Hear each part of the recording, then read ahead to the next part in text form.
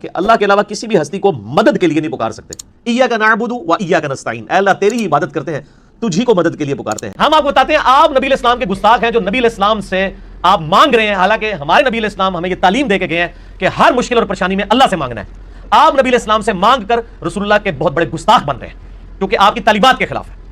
وَإِيَّاكَ نَسْتَعِينُ، اور تجھ ہی سے مدد مانگتے ہیں. یہ یوں ہے، مطلب یا اللہ کا حکم اس میں ان مانو کر نہیں ہے کہ اور مجھ ہی سے مدد مانگو. بات تو وہاں جائے گی نا کہ بھائی وہ کہاں ہے کہ مجھ سے مدد مانگو، کسی اور سے نہ مانگو. کس آیت کا ترجمہ کس کیا؟ آیت کا ترجمہ ہے؟ یہی تو بات، یہی تو زبان بند ہو جاتی ہے. میں عرض کروں، اصل میں بزرگوں نے جو عقائد و نظریات بیان کیے ہوتے ہیں نا، تو وہ تمام ہی آیات، احادیث، صحابہ کے نظریات اور ان کی جو ڈیفینیشن ہوتی ہے ان کو سامنے رکھ کے بیان کیے ہوتے ہیں. اب مثال کے طور پر جیسے انہوں نے کہا کہ قرآن میں یہ ہے اور قرآن میں وہ ہے، ایاک نعبد و ایاک نستعین، اس طرح میں ایک چھوٹی سی مثال پہلے عرض کر دوں کہ صرف ایک طرف کی بات کو دیکھنا اور دوسری طرف کو چھوڑ دینا، یہ قرآن پاک میں یہود و نصارہ کا بیان کیا گیا، کفار کا طریقہ کہ وہ بعض آیتوں پر ایمان لاتے ہیں اور بعض کو چھوڑ دیتے ہیں. تو مثال کے طور پر ایک مثال قرآن پاک میں ہے، قل حسبی اللہ، اے محبوبہ فرما دیجیے کہ میرے لیے اللہ کافی ہے. اب کوئی اسی آیت کو لے کے جیسے لگاتے ہیں بعض لوگ نعرہ کہ ہمارے لیے اللہ کافی ہے، اللہ کافی ہے، میرے لیے اللہ کافی ہے، اور پھر اس کا معنی مفہوم یہ لینا کہ اللہ کے سوا کوئی کفایت کرنے والا ہے نہیں. یہاں پہ حسبی کا لفظ استعمال ہوا ہے، حسبن، جس کا معنی کفایت کرنا ہوتا ہے، کافی ہونا ہوتا ہے کسی کا. قرآن پاک کے اندر دوسرے مقام پر سورۃ الانفال کے اندر اللہ تبارک و تعالیٰ نے یہ ارشاد فرمایا، یا ایھا النبی حسبک اللہ ومن اتبعک من المؤمنین، اے نبی، اے غیب بتانے والے، آپ کو اللہ کافی ہے اور جو مومن آپ کی پیروی کرتے ہیں، یعنی حضرت عمر رضی اللہ تعالیٰ عنہ، ان کے بارے میں آیت ہے، آپ کو اللہ کافی ہے اور جو مومن آپ کی پیروی کرنے والے ہیں یعنی حضرت عمر، وہ آپ کو کافی ہیں. اب دیکھیے ایک مقام پر اللہ تبارک و تعالیٰ نے یہ ارشاد فرمایا کہ آپ یہ ارشاد فرمائیے کہ میرے لیے اللہ کافی ہے، اور دوسرے مقام پہ یہ ارشاد فرمایا کہ اے نبی آپ کو اللہ بھی کافی ہے اور وہ جو مومن آپ کی پیروی کر رہے ہیں وہ بھی کافی ہیں.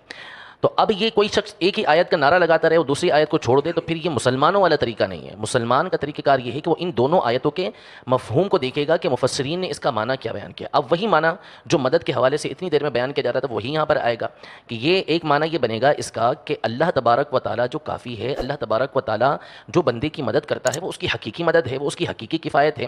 وہ کسی کے دیے سے نہیں کرتا، کوئی اس کو کفایت دے، کوئی اس کو طاقت دے، قوت دے، اس سے وہ بندے کے لیے کافی ہو جائے، ایسا نہیں، اس کی حقیقی مدد ہے. اور جب ہم آئیں گے مومنین کی طرف کہ وہ نبی کریم صلی اللہ علیہ وسلم کے لیے کیسے کفایت کرنے والے ہیں، یہ کسی اور کے لیے کیسے کفایت کرنے والے ہیں، تو پھر اس کا جو معنی بنے گا وہ یہ بنے گا کہ اللہ تبارک و تعالیٰ نے ان کو قدرت دی، اللہ تبارک و تعالیٰ نے ان کو طاقت دی، تو اس لیے وہ دوسروں کی کفایت کرنے والے ہو گئے.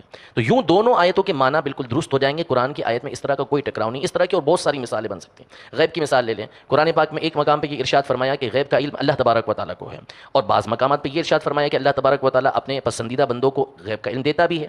تو اب ان دونوں کا معنی کیا بنے گا کہ ایک طرف اللہ تبارک و تعالیٰ یہ ارشاد فرمائے کہ غیب کا علم اللہ کے پاس ہے، اور ایک طرف یہ ارشاد فرمائے کہ اپنے رسولوں کو، پسندیدہ رسولوں کو غیب کا علم دیتا بھی ہے. تو ان دونوں آیتوں کا معنی بالکل واضح ہے، سمپل بالکل، کہ جہاں یہ بات آئی کہ اللہ کو غیب کا علم ہے تو اس کا مطلب ہے کہ اس کو کسی کے بتائے سے نہیں ہے، اس کو خود ہی سے علم ہے.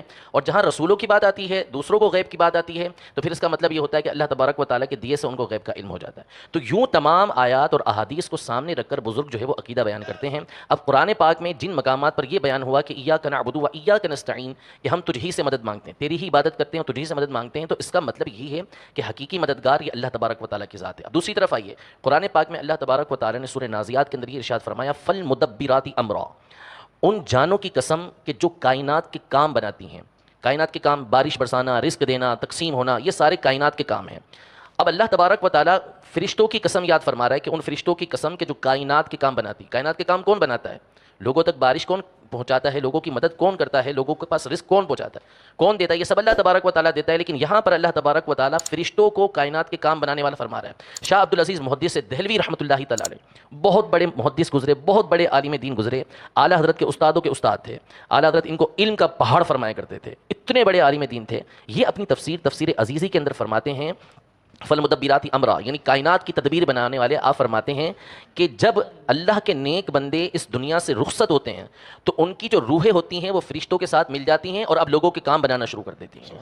اب دیکھیے یہ قرآن میں فرشتوں کے لیے اللہ تبارک و تعالیٰ نے یہ فرمایا کہ وہ لوگوں کی تدبیر کرنے والے ہیں، ان کے کام بنانے والے ہیں. تو دونوں کا مطلب جو ہے وہ بالکل واضح ہو جائے گا.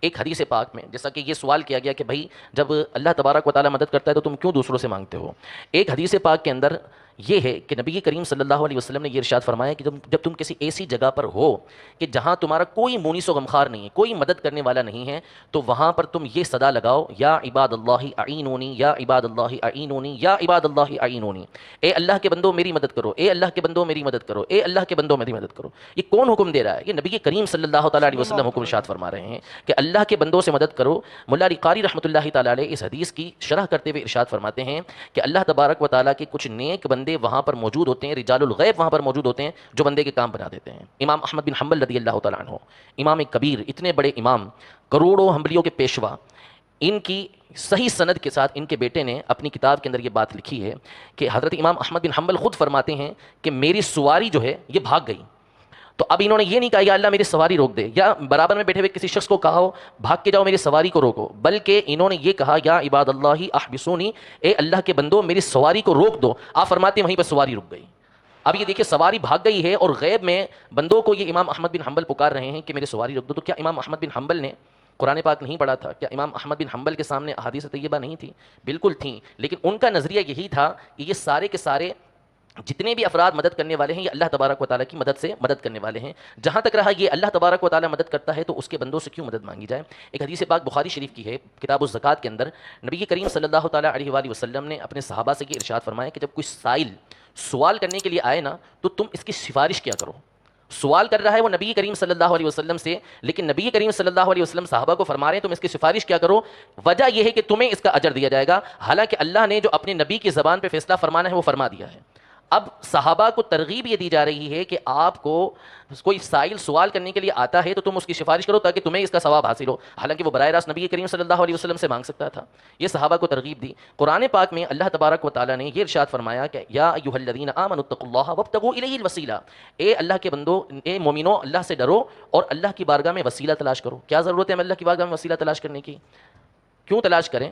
اللہ تک تو ڈائریکٹ پہنچا جا سکتا تھا نا، لیکن اللہ تبارک و تعالیٰ چونکہ اپنے بندوں کو پسند فرماتا ہے، نیک بندوں کو، کہ ان کا مقام اور مرتبہ اللہ کی بارگاہ میں بلند ہو اور ان کی وجاہت جو ہوتی ہے، ان کی شخصیت اللہ تبارک و تعالیٰ کی بارگاہ کے اندر بہت بڑی ہوتی ہے، تو اس لیے اللہ تبارک و تعالیٰ نے یہ ارشاد فرمایا کہ وسیلہ تلاش کر کے اللہ کی بارگاہ کے اندر پہنچو۔ تو یہ جو اولیاء اللہ سے مدد مانگی جاتی ہے، یہ انبیاء سے مدد مانگی جاتی ہے، یہ نبی کریم صلی اللہ تعالیٰ علیہ وسلم کی تعلیمات میں سے ہے۔ خود نبی کریم صلی اللہ علیہ وسلم نے اس کا حکم ارشاد فرمایا، اور اس کی وجہ یہ ہے کہ اللہ تبارک و تعالیٰ اس بات سے خوش ہوتا ہے کہ اس کے نیک بندوں کی تعظیم و تکریم کی جائے۔ یہ ان سے مدد مانگنا ان کی تعظیم و تکریم کرنا ہے، اور حقیقت کے اندر ان سے مدد مانگنا یہ ان سے مدد مانگنا نہیں ہے، بلکہ ان کے وسیلے سے اللہ تبارک و تعالیٰ سے مدد مانگنا ہے۔ اور وہ قرآن کی آیت میں حکم فرمایا کہ وابتغوا الیہ الوسیلہ، اللہ کی بارگاہ میں پہنچنے کے لیے وسیلے کو اختیار کرو۔ اسی طرح حدیث پاک بہت ساری سندوں کے ساتھ یہ حدیث پاک ہے فتاوی رضیہ کے اندر کہ اطلبوا الخیر عند حسان الوجوہ، یعنی وہ چہرے کہ جو عبادتوں کی وجہ سے پر رونق ہو چکے ہیں، خوبصورت ہو چکے ہیں، ان سے جا کے اپنی حاجتوں کو طلب کرو۔ یعنی اس حدیث پاک کے اندر حکم دیا گیا کہ نیک لوگوں سے اپنی حاجتوں کو طلب کرو، اور پھر آپ صحابہ کرام علیہم رضوان کے عمل کی طرف آتے جائیں تو آپ کی آنکھیں کھلتی چلی جائیں گی۔ تو اس طرح اگر واقعات کو بیان کرتے جائیں تو سینکڑوں واقعات اس طرح کے موجود ہیں کہ جس میں صحابہ کرام علیہم رضوان نے نبی کریم صلی اللہ تعالیٰ علیہ وسلم سے ایسی مددیں مانگی ہیں کہ جس کا ہم تصور بھی نہیں کر سکتے۔ ایک صحابی رضی اللہ تعالیٰ عنہ، ان کا ہاتھ نکل گیا۔ اب بعض لوگ کہتے ہیں نا کہ یہ تو ساری جتنی بھی مددیں تھیں یہ دنیاوی مددیں ہیں، ایک صحابی کا ہاتھ نکل گیا تو اب ہونا کیا چاہیے؟ کسی طبیب کے پاس جائیں، کوئی ڈاکٹر سے اس کو سلوائیں، لیکن وہ نبی کریم صلی اللہ علیہ وسلم کی بارگاہ میں حاضر ہوا اور عرض کیا کہ میرا ہاتھ نکل گیا ہے۔ حضور علیہ الصلوۃ والسلام نے اپنا لعاب دہن اس پہ لگایا، ان کا ہاتھ جڑ گیا بالکل۔ تو یہ مدد کیا ما تحت الاسباب ہے، وہ مدد ہے کہ جو عام طور پہ کی جاتی ہے، یقیناً نہیں کی جاتی۔ میں اور آپ اپنا تھوک لگا کے دیکھ لیں، اس کا زخم سڑ جائے گا بجائے اس کا ہاتھ جڑنے کے، لیکن نبی کریم صلی اللہ تعالیٰ علیہ وسلم کے لعاب دہن کی برکت دیکھیں کہ وہ ہاتھ جڑ گیا۔ اسی طرح ایک صحابی کے آنکھ کا ڈھیلا بھارا گیا تھا، تو وہ اس ڈھیلے کو لے کر بارگاہ رسالت میں حاضر ہوئے، تو نبی کریم صلی اللہ علیہ وسلم نے اپنا مبارک تھوک مبارک لعاب دہن جو ہے وہ اس ڈھیلے پر لگایا اور آنکھ کو جوڑ دیا۔ وہ فرماتے ہیں کہ میں فرق ہی نہیں کر سکتا کہ کون سی آنکھ سے زیادہ نظر آتا ہے۔